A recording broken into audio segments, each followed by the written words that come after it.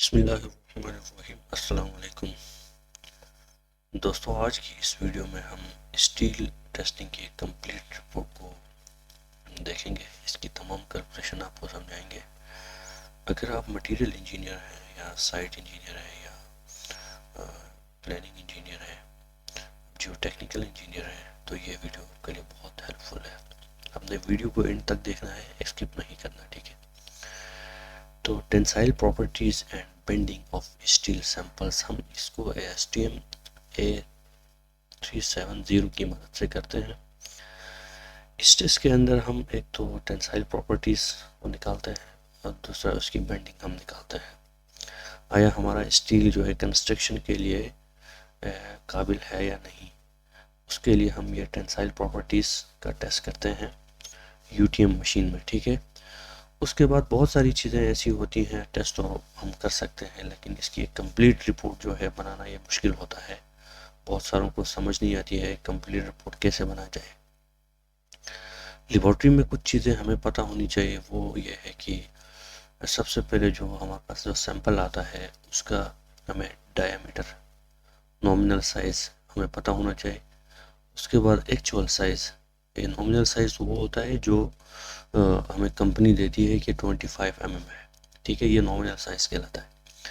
उसके बाद हम देखते हैं कि एक्चुअल इसका साइज़ क्या होता है, जो कि हम लैब में निकालते हैं, वो हमारे पास एक्चुअल साइज़ कहलाता है, ठीक है। तो मैंने यहाँ पे 1 2 3 सैंपल जो है 25 mm का लिया है और 3 सैंपल मैंने 28 mm का सैंपल लिया है टेस्टिंग के लिए, ठीक है। उसके बाद हम क्या करते हैं, जब इसका डाया हम निकालते हैं, डाया निकालने के बाद हम पर मीटर का जो सैंपल हम काटते हैं ना, उससे हम रखने के बाद उसका वेट निकालते हैं, ठीक है। तो पर मीटर उसका वेट कितना आता है 25 mm में। इस केस में मेरा आया है सैंपल नंबर 1 का 3.799 kg पर मीटर आया है। उसके बाद दूसरा सैंपल का वेट आया मेरे पास 3.885 kg पर मीटर आया है। तीसरा सैंपल का जो वेट आया 3.839 kg पर मीटर आया, ठीक है। इसी तरह जो सैंपल नंबर 1 है 28 mm का, इसका वेट है 4.806 आया है।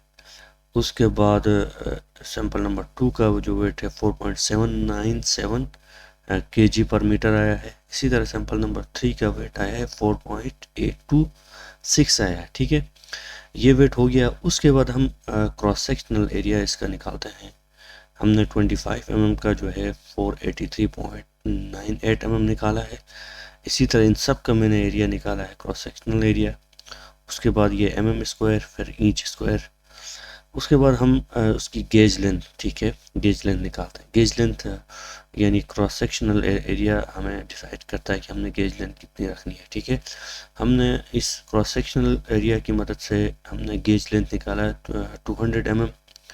200 mm पे हम सेंटर में हम निशान लगाते हैं। ये गेज लेंथ जो होती है मशीन के, यानी जो जो उसके दो पार्ट्स होते हैं ना, उसका ऊपर वाला जबड़ा और नीचे वाला जबड़ा, उसके सेंटर में होनी चाहिए आपकी गेज लेंथ, जब आप टेस्टिंग के लिए सैंपल रखते हैं मशीन में, ठीक है। उसके बाद हमारे पास जब हम मशीन स्टार्ट करते हैं तो मशीन क्या करती है, हमें एक ये ग्राफ बनाती है, स्ट्रेस वर्सेस स्ट्रेन का ये ग्राफ एक बनाती है। ये आप देख सकते हैं, ये ग्राफ बनता जाता है। यहाँ पे स्ट्रेस वर्सेस स्ट्रेन, ये एक पॉइंट आता है यहाँ पे, इसको यील्ड स्ट्रेंथ कहते हैं। यील्ड स्ट्रेंथ आप देख सकते हैं जिधर आती है यहाँ, इसके बाद एक आगे एक फ्लैट सा एक बन जाता है जिसको हम कहते हैं यील्ड पॉइंट। यहाँ पे आपकी स्ट्रेस जो है वो ज़ीरो होती है, स्ट्रेंथ आपकी ज़्यादा होती है।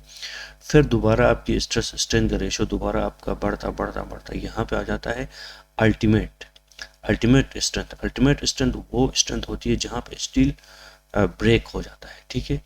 फिर आपकी यहाँ पे इसको ये पॉट को हमने इसका नेकिंग का एरिया दिया है, ये आपका स्ट्रेन हार्डनिंग का एरिया दिया है इधर से इधर तक, ठीक है।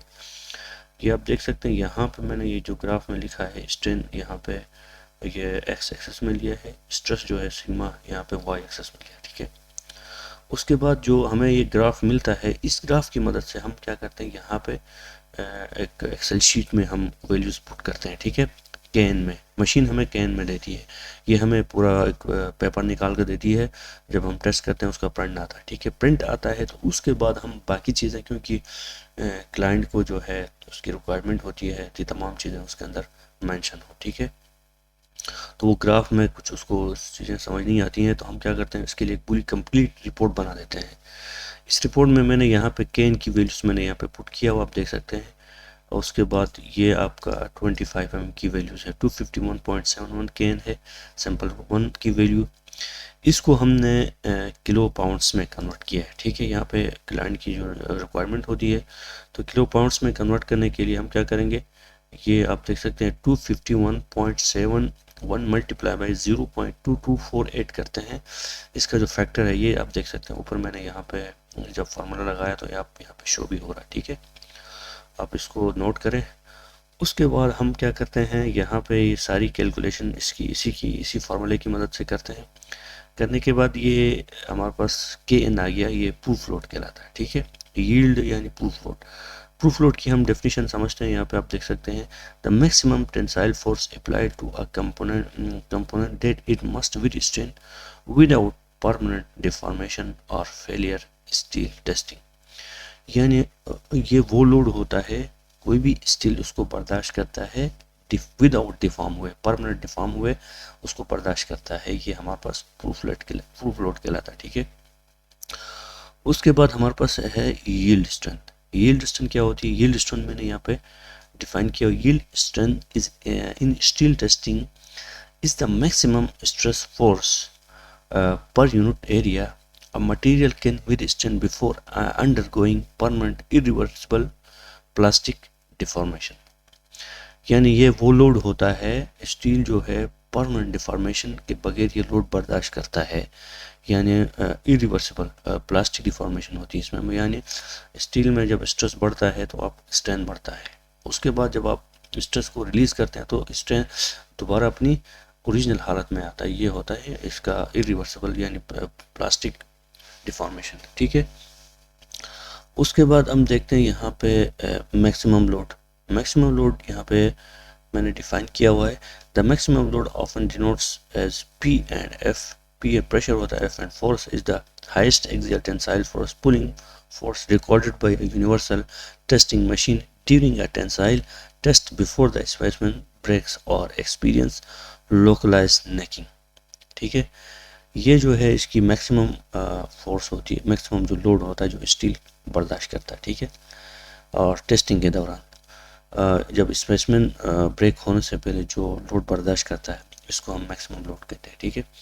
फिर ultimate tensile strength. Ultimate tensile strength आप यहाँ पे देख सकते हैं, ये जो उसका हाईएस्ट पॉइंट होता है आपका ग्राफ का, इधर से आपका जो है ना वो डाउन होना शुरू हो जाता है आपका ग्राफ।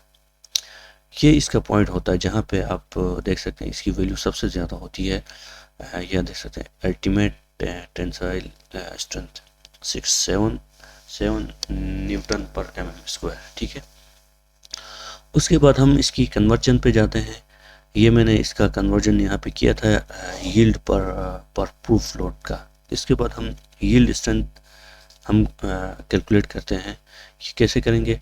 आप देख सकते हैं इसको हमने डिवाइड करना है, ये कैन की वैल्यू को उसका क्रॉस सेक्शनल एरिया से मल्टीप्लाई बाई जब 1000 करेंगे तो हमारे पास 520 न्यूटन पर mm² आ जाएगा, ठीक है।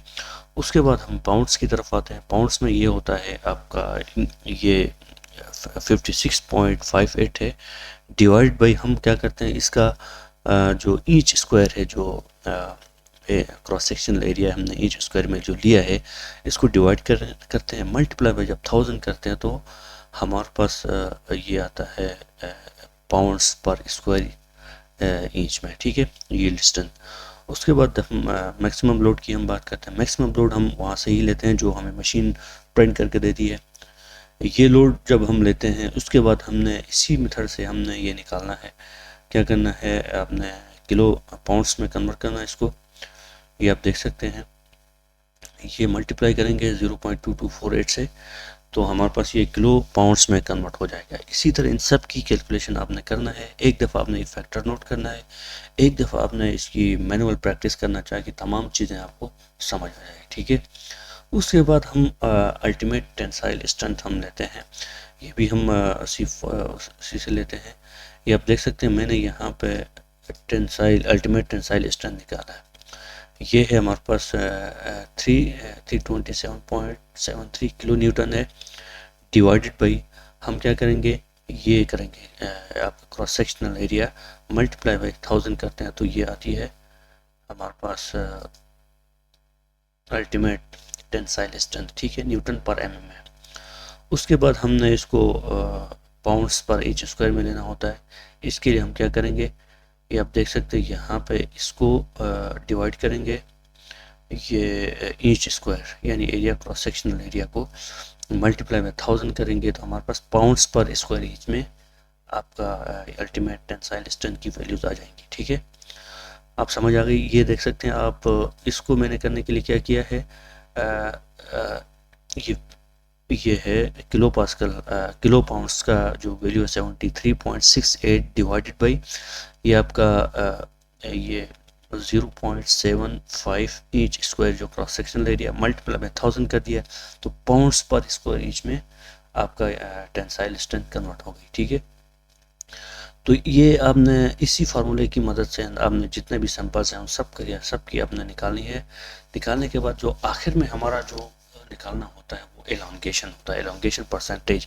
अगर कोई भी स्टील होता है उसका जो एलोंगेशन परसेंट जो है वो 10% से कम है तो वो स्टील फेल हो जाता है, ठीक है, क्योंकि उसके अंदर लचक नहीं होती है, लचक नहीं होती है तो फिर वो और डिफॉर्मेशन जो है वो बर्दाश्त नहीं कर सकता है, तो हम क्या करते हैं उसको रिजेक्ट करते हैं। हमारे केस में जो है ये 1 2 3 सैंपल जो 25 mm का है, इसमें 18% जो है एलोंगेशन आई है। उसके बाद अगले सैंपल की 17 और 16, फिर हमारे पास 28 mm की 16 17 17, ठीक है, परसेंटेज में एलोंगेशन आई। फिर हम इसकी बेंड टेस्ट करते हैं 180 डिग्री पे जो है इसी यूटीएम मशीन में रखते हैं सैंपल को। सैंपल में रखने के बाद इसको जब मशीन स्टार्ट करते हैं तो ये 180 डिग्री पे बेंड करता है।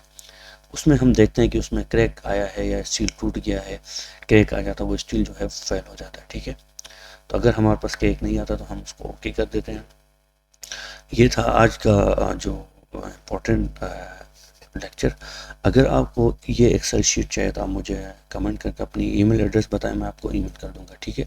अगर आपको किसी किस्म की कंफ्यूजन हो तो आप मुझे कमेंट करके बता सकते हैं, मैं आपको रिप्लाई दूंगा या आप नई वीडियो में आपको तमाम चीज़ें समझाऊंगा, ठीक है।